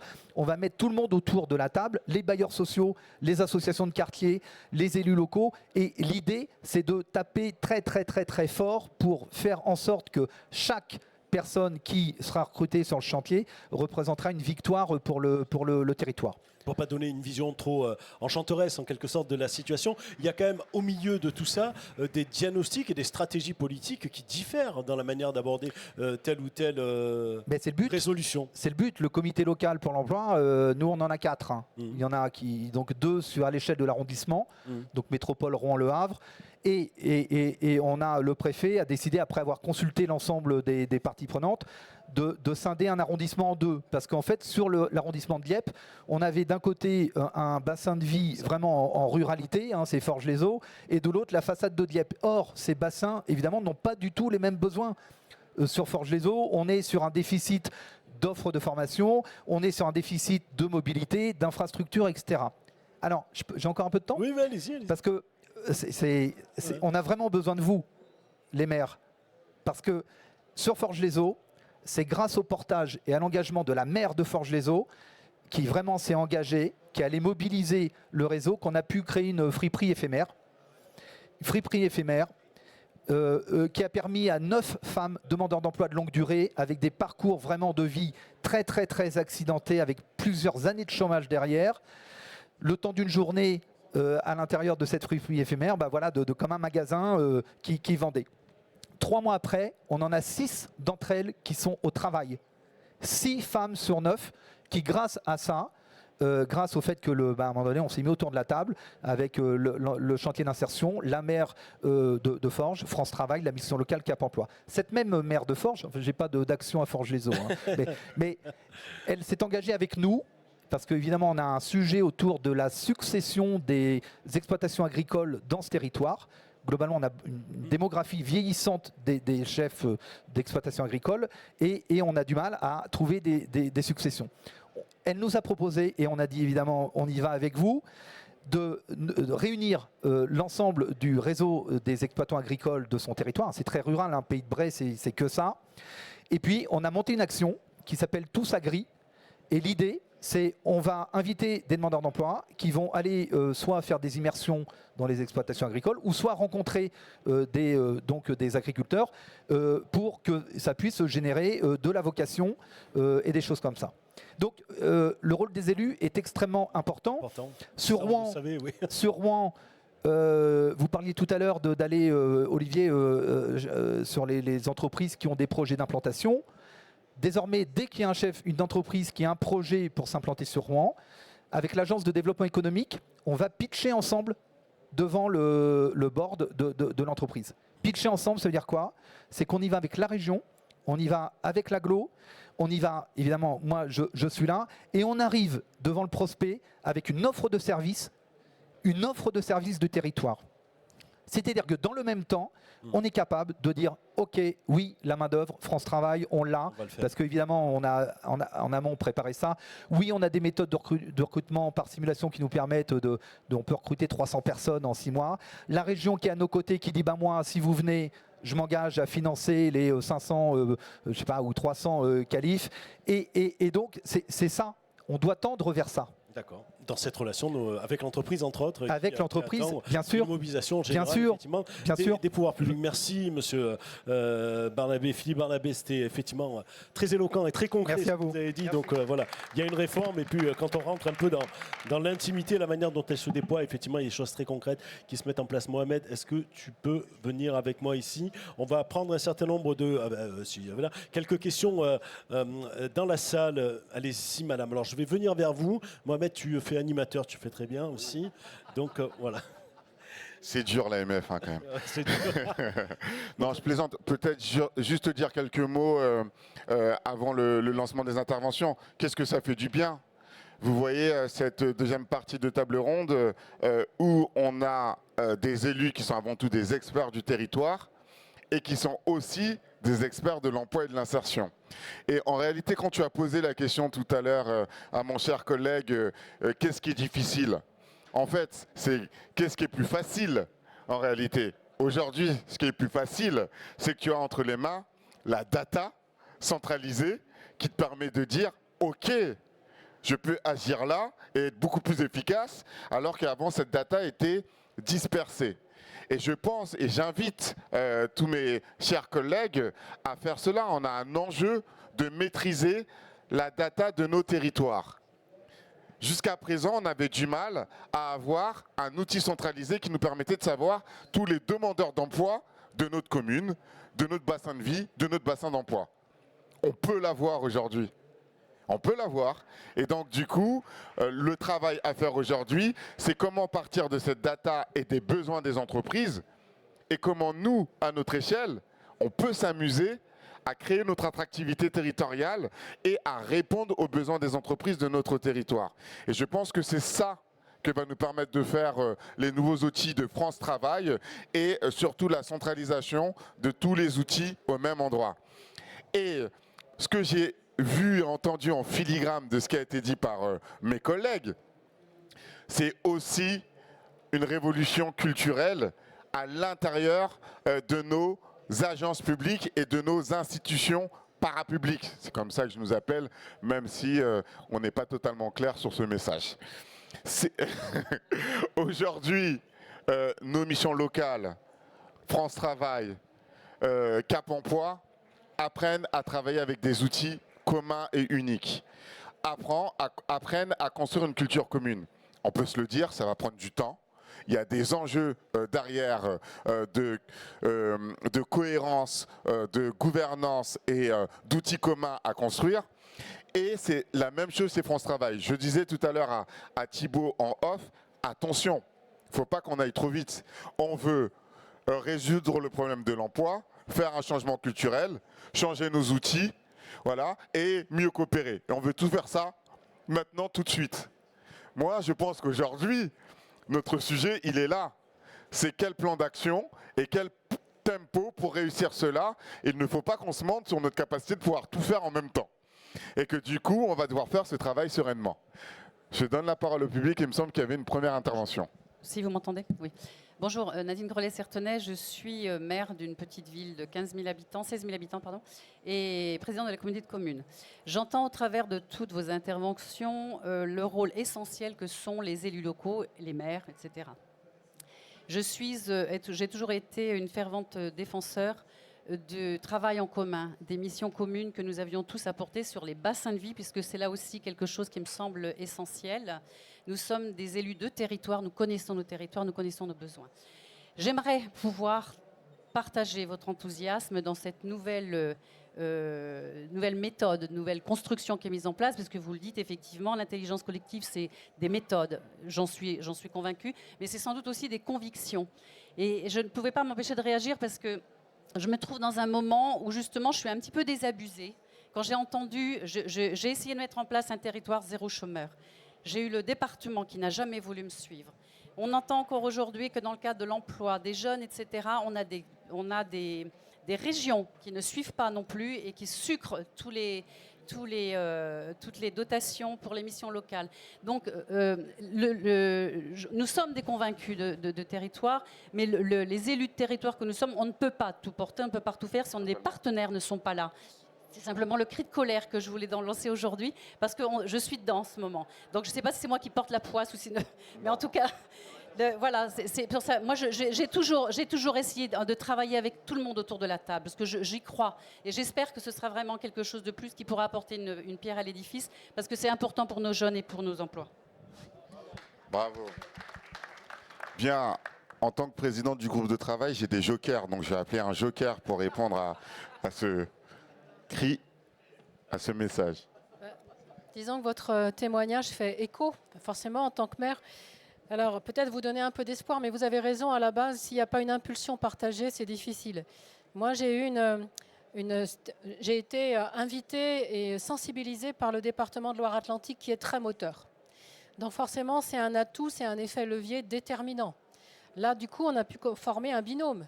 2 acteurs à 2 échelles de collectivités différentes. Le département, une commune. J'ai dû ensuite travailler sur la culture pour remporter l'adhésion de la communauté de communes. On a lancé l'expérimentation sur un premier mandat avec une gouvernance de communauté de communes qui était ce qu'elle était. Le travail de part à part a avancé et nous a permis sur ce 2e mandat de donner pleinement confiance dans la démarche. Et aujourd'hui, la communauté de communes se rajoute et est facilitatrice. Alors, il faut garder espoir parce que, vous voyez, il faut faire du chemin pour sensibiliser. Mais au départ, si vous avez un département volontaire en charge de l'insertion aujourd'hui, de partir, voilà. Alors, sur l'ingénierie, vous avez aussi 2 modes de financement possibles que je n'ai pas tout à l'heure rappelé. Les fonds leaders. Les fonds leaders, ça nous a permis de financer une équipe projet. Ça nous a permis d'embaucher une chef de projet pour m'accompagner sur territoire zéro chômeur de longue durée. Pensez au fonds leader, si vous en avez, et son plan d'action. Et puis, vous avez le Fonds social européen. Et essayez d'aller chercher l'écoute de la collectivité qui pourrait, avec vous, aller solliciter ces fonds sociaux européens. Venez là si vous voulez. Oui, oui. Venez avec nous si vous voulez qu'on prolonge un petit peu, 2-3 minutes, cet échange, parce que voilà. Ouais. Donc, peut-être pour compléter mon joker du moment, en réalité, vous posez sur la table un sujet de fond qui est comment on fait quand les collectivités ne sont pas d'accord. Voilà, parce que voilà. nous on était arrivés, c'est tout simplement ça. Juste que le département vote et prenne la décision de nous suivre. Sauf que voilà. C'est tout simplement ça le sujet. Il me semble que derrière cette question, moi je vois plusieurs réflexions. C'est la question de, et je le disais tout à l'heure en introduction, c'est à quelle échelle on peut créer le dispositif. Donc si le département ne suit pas, est-ce que je peux imaginer le dispositif avec la compétence générale de la commune sur un périmètre plus restreint et avec quel mode de financement? Parce que derrière, c'est la question du financement aussi. Alors, on les avait tous, les financements, hein, sauf celui du département qui, à un moment donné, effectivement, doit autoriser pour pouvoir participer aussi, au même titre, en contrepartie, il ne payait plus le RSA. Hein, donc, vous connaissez. Donc, on était à 2 doigts de pouvoir le faire. Et donc, le département est resté figé sur sa position. Donc c'est vrai que je vous disais ma colère parce que on est effectivement, nous élus de terrain, on se bat tous les jours vraiment pour nos populations. On est dans la proximité. On connaît notre territoire. Et moi, je n'ai que le bassin de vie comme mot à la bouche. J'ai toujours pensé dans tous les domaines. Mais là vraiment, quand on a cette volonté, ça faisait partie de notre programme municipal. Et quand on voit que vraiment il y a des partenaires qui ne suivent pas parce que pour des raisons politiques aussi, on le sait bien, mais tout de même derrière ça, j'avais mobilisé, parce que j'y croyais vraiment en territoire zéro chômeur. On a retrouvé, c'est le collectif qui fait la force de ce dispositif. J'avais des personnes qui ne croyaient plus dans les institutions, qu'on ne voyait plus nulle part, les invisibles comme on les appelle. Ces personnes-là, quand on les a On a embauché un animateur. Quand elles sont venues, elles ont toutes été dire oui, puisque effectivement on a une nouvelle façon de nous voir, de nous rencontrer, de nous appréhender et de nous considérer. Eh bien, on veut bien essayer. Et entre-temps, sur une trentaine de personnes, et on en avait beaucoup plus après, il y en avait très vite au moins une quinzaine qui avaient retrouvé un emploi. Tout ça grâce à la dynamique qui avait été mise en place. Mais qu'est-ce qu'on vous a donné comme argument pour refuser cette... Qui faisait déjà l'insertion, qui mettait déjà de l'argent dedans. Et donc c'était... Voilà. Mme Cornet, vous continuez à parler. Je vais prendre il y a deux dernières questions. Et après, il faut qu'on arrête. Je reste juste avec vous, madame, parce qu'en fait, ce que vous précisez ici, c'est que le département doit apporter une part du financement à la création d'un nouvel emploi. Au sein de l'EBE, ça s'appelle la contribution au développement de l'emploi. Il doit participer par poste à 15% du SMIC brut. Et donc, les 95% seront apportés en aide de l'État à la contribution de la création d'un nouvel emploi. Donc effectivement, il vous manque les 15% pour financer. Alors ça, c'est déterminant. Et ben, je regrette comme vous et je comprends votre cri de colère. Et donc je voulais simplement relever, merci. Pour les missions locales, pareil, je fais partie, je le disais tout à l'heure, de la région. J'ai une question de ce côté. J'y vais, allez. Bonjour, je suis Shadia Limam, conseillère à la ville d'Annemasse. Annemasse est située en Haute-Savoie. Alors j'ai une question toute particulière puisqu'à plusieurs reprises tout au long de l'Assemblée, vous avez parlé de bassin de vie. Moi je souhaitais mettre en lumière le bassin de vie qui déborde du département puisqu'on est d'accord, hein, on y va tous dans les comités locaux. On en a besoin, tous les acteurs publics, parapublics. Je vous reparaphrase, monsieur vous êtes là, je vous cherchais à votre place, monsieur Gnabali, pardon, voilà. C'est un peu noir. Mais... Non, mais tu... je plaisante. Monsieur Gnabali, je reprends vos propos. Allons-y. La question, comment coopérer quand près d'un actif sur deux travaille dans un autre pays, quand près de 80% des demandeurs d'emploi cherchent un emploi sur un autre pays, qui mettre autour de la table? Est-ce que c'est possible? Est-ce que la loi va le permettre? Je vous remercie. Merci. Un nouveau joker, il me semble. Non mais juste sur les transfrontaliers, mais vous voyez en fait que d'un bassin de vie à un autre, c'est pour ça que les réalités sont complètement différentes. Vous voyez, à Annemasse, vous êtes à 3,7% de chômage. Ouais, c'est peut-être la vallée, oui, et sur la vallée de 5,6 et 3,7 sur la vallée de l'Arve, là. C'est, ouais. Ouais, ça va. On a dit humilité pour la coopération. non, mais sur ce sujet-là, non, mais en plus de ça, c'est qu'on en a pas mal parlé en plus de ça avec Stéphane Valli. Moi, j'étais venu en Haute-Savoie. Il y a cette problématique des transfrontaliers. Nous, déjà, la première des choses, c'est autant les transfrontaliers, ça peut être aussi, enfin, ça pose un certain nombre de difficultés de logement, etc. Mais ça, vous connaissez ça par cœur. Mais on ne peut pas empêcher, ça peut être même aussi une chance sur le territoire d'avoir la possibilité d'avoir des gisements d'emploi et en plus de ça particulièrement bien rémunérés si on se dit les choses sur la Suisse. Là où par contre, nous on a discuté avec les élus de territoire, c'est quand on a des personnes qui se disent bah, je vais travailler 6 mois ou 1 an sur le lac de Genève et je reviens et je vais rester 1 an et demi au chômage. Parce qu'en fait, le chômage est calculé sur un salaire qui est à 4 000 €, 4 500 €, par exemple, pour un serveur. Bah forcément, quand il revient, il y a du boulot, mais il ne le prend pas parce qu'en fait, il a une indemnisation qui est plus élevée. Ça, typiquement, c'est parce qu'en fait, on a discuté avec les élus locaux, qu'on a discuté avec les organisations patronales, syndicales, etc., qu'on met en place, avec la ministre, une petite évolution quand même de ce qu'on appelle l'obligation raisonnable d'emploi, pour faire en sorte que l'obligation raisonnable d'emploi soit calculée sur le salaire du marché local, pas suisse ou luxembourgeois. Et on met en place dans 19 agences, dont celle d'Annemasse, France Travail, on a proposé en fait de mettre en place un accompagnement, je dirais, un peu spécifique pour les transfrontaliers qui se réinscrivent. Alors je dirais un accompagnement quasiment VIP, si vous me permettez cette expression, puisqu'on va les accompagner pour pouvoir retrouver le plus vite possible un emploi.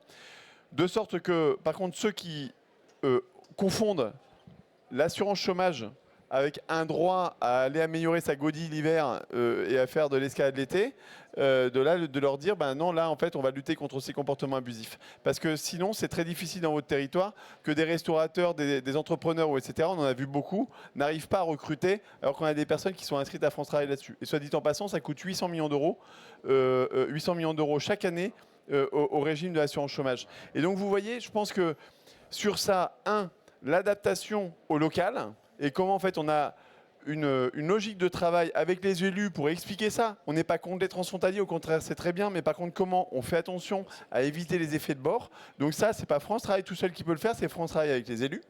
Et la deuxième chose, c'est aussi la notion d'investissement social. Et ça rebondit peut-être sur l'intervention de madame. C'est là où il faut qu'on soit meilleur, collectivement. C'est dans la capacité de démonstration que l'effort d'insertion, ça rapporte. On l'a fait sur le RSA. Ça coûte 1 100 € en moyenne pour pouvoir réinsérer un bénéficiaire du RSA. Ça coûte beaucoup plus à le laisser dans la galère. Et donc, c'est aussi ça qu'il faut qu'on démontre. Et donc, quand on parlait de data, c'est aussi la data sur les résultats pour montrer qu'investir dans tout ce qu'on s'est raconté aujourd'hui, c'est le meilleur investissement social qu'on puisse faire pour le pays et pour protéger et revenir à l'équilibre des dépenses publiques, mais pas bêtement, pas technocratiquement, mais sur le terrain avec une approche qui est centrée sur le besoin des citoyens et des entreprises. Thibaut Gulli, oui, une dernière question, parce qu'il faut qu'on laisse la place après un débat. Figurez-vous sur quoi? Sur l'espace les coopérations transfrontalières d'ailleurs. C'est la thématique du prochain débat. Merci, et je serai très courte.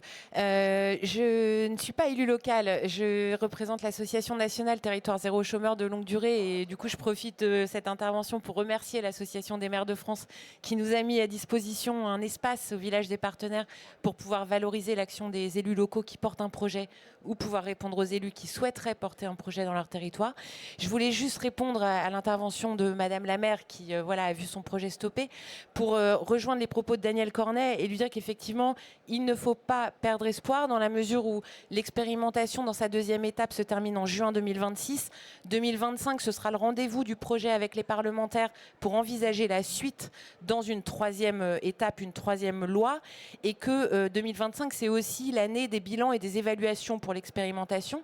Et cette question de l'obligation départementale de soutien et de financement d'une partie de la contribution au développement de l'emploi, c'est un des éléments qui devra être examiné et évalué et dont il faudra tirer le bilan pour envisager éventuellement une nouvelle forme d'intervention des départements dans le portage de ce type de projet au niveau local.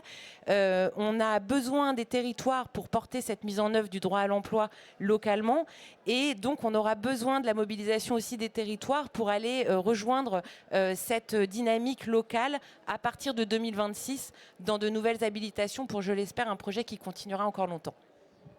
Merci beaucoup pour toutes ces précisions. Tu dis au revoir quand même. Non mais juste vous dire, n'hésitez pas à vous inscrire au groupe de travail emploi insertion de l'AMF et de participer aux différents groupes de travail des autres partenaires. Merci pour votre présence, merci aux intervenants et à l'année prochaine, je l'espère.